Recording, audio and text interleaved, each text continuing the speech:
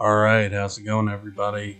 Happy Thanksgiving, and this week we got a new Rick and Morty episode, so naturally I gotta talk about it. In this episode of Rick and Morty, we see the return of Story Lord and Story Lord fictional, non-fictional Jesus. So this is basically a continuation of the story that ended in Season 4, Episode 6, the Never Ricking Morty.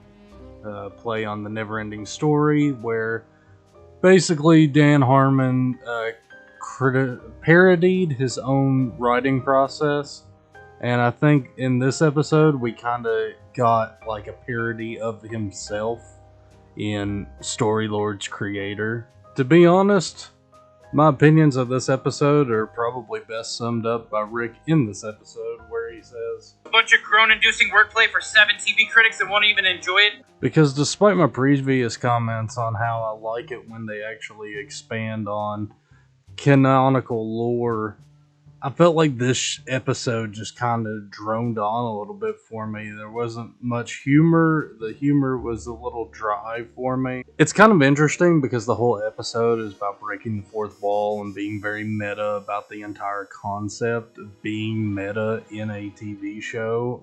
And I think that's why, despite not really enjoying it, it works so well because it acknowledges that people probably won't enjoy it, which makes me respect it for being so sincere, but also kind of frustrated that they did it anyway. Storylord's creator is actually pretty interesting because it talks about the entire concept of writers basically being forced to come up with these original ideas based on things that are already established, like Canterbury Tales.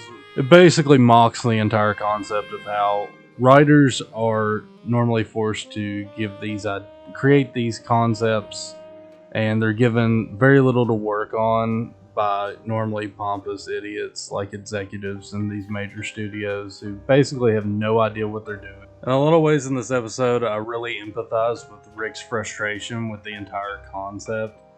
It all felt kind of corny and hacky, but I feel like that was by design. Like the self-referential Six, the superhero team that's like just corny references to like storyboarding concepts. In fact, I think this is actually what the episode's whole point is that it's trying to convey.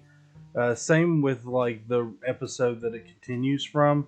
This is a lot of how frustrating it is to deal with the creative process and how they don't want to appear as hacks. But they want to create something, and they're always faced with these different forces that are constantly pulling at them to go in different directions. And look no farther than this moment where they say, "When you get home, Rick, do some classic adventures, like season 1. I'm so sick of that fucking note. What the fuck does it even mean?" As a fan of Rick and Morty and of the creators, Dan Harmon, Justin Roiland, and the whole team, I really feel like I just need to give them all a big hug after this episode, because it's like clearly them screaming into the void of frustration with their process at this point after being signed on for the 7 seasons and whatever. And the whole merchandise thing, like everybody has seen how like shamelessly Adult Swim is using Rick and Morty to promote and flood commercials and stuff, and they kind of like mock that in this episode too. By the way, fun fact, the Rick Plush website mentioned towards the end of the episode is real. It's just a single web page, kind of referential. But the story-train website is not real. It's a dead end. So if you were thinking after watching this episode of checking those out, you can check out the Rick Plush website, but you cannot find Story-Train.